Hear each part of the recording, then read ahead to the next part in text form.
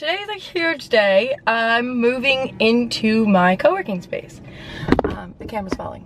So I packed everything into the back of the Kia for the most part, and it all fit. Like, look, there's plenty of room. So way to go, Kia. And of course it started raining right when I started doing this, naturally. Anyways, let's get to Fort Houston and set up my office.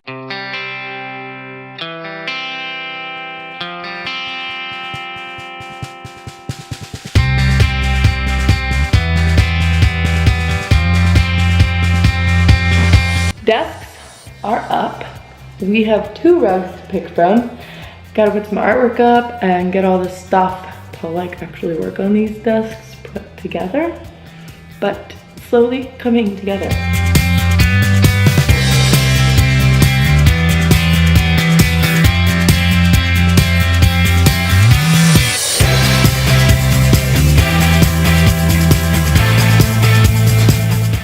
Kind of got my office set up. I'm working on it. As you can see, it's a slow process, but let's talk about where I've been the past couple weeks because it's been insane. So the last month has been totally crazy. There's an idea about freelancing that you have total flexibility, you can work whenever you want, you can, you don't have to be there 9 to 5, and it's true. But let me tell you about my last month. I started in Arizona with my sister. Then we drove to San Diego because my grandfather got sick. I came back to Nashville for a couple days, and then we flew back to San Diego because my grandfather was not doing well. Then I went to Columbus, Georgia for Creative South, which was amazing. And for those of you that watched that video, you saw that it was a really good, inspiring thing for me because at the time I was feeling very burnt out. And then after that, I came back and I went to New York with Jason. He was there with Kia and we'd had a ton of fun. It was great, but we both got sick, which is why my voice sounds like this. And then I was home for literally 12 hours and I flew to Wyoming for my grandfather's funeral. And now I'm back in Nashville. So that was crazy. And I moved into this office in the meantime.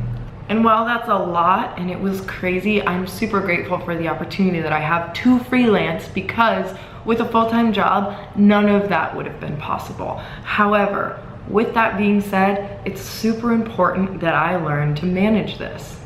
So one thing I want to talk to you guys today about is the reality of a schedule and being a freelancer.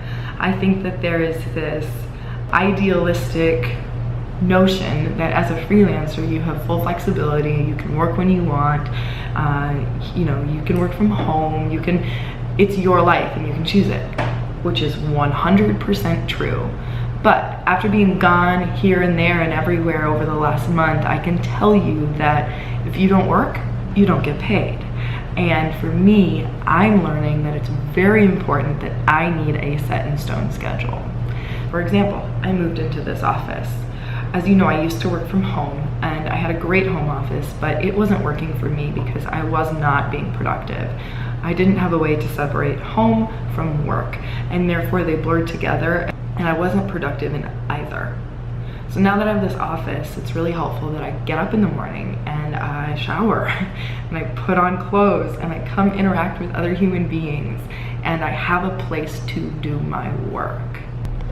The other thing that I'm learning is it's really important to put things on your calendar, like Mondays, do invoices, plan out your social media for the week on Monday and actually schedule it. Send out quotes on Tuesdays, only do meetings on Wednesdays, whatever that looks like for you. But it's really important to manage your own schedule because if you don't, I guarantee you things are going to get overlooked, you're not going to do them, or your clients are going to end up mandating you and how you run your workflow, which really is not why you went into this at all. So while the last month has been full of ups and downs and plane rides and car rides and everything, I'm so grateful to be back in Nashville at my desk, sitting at my computer being productive.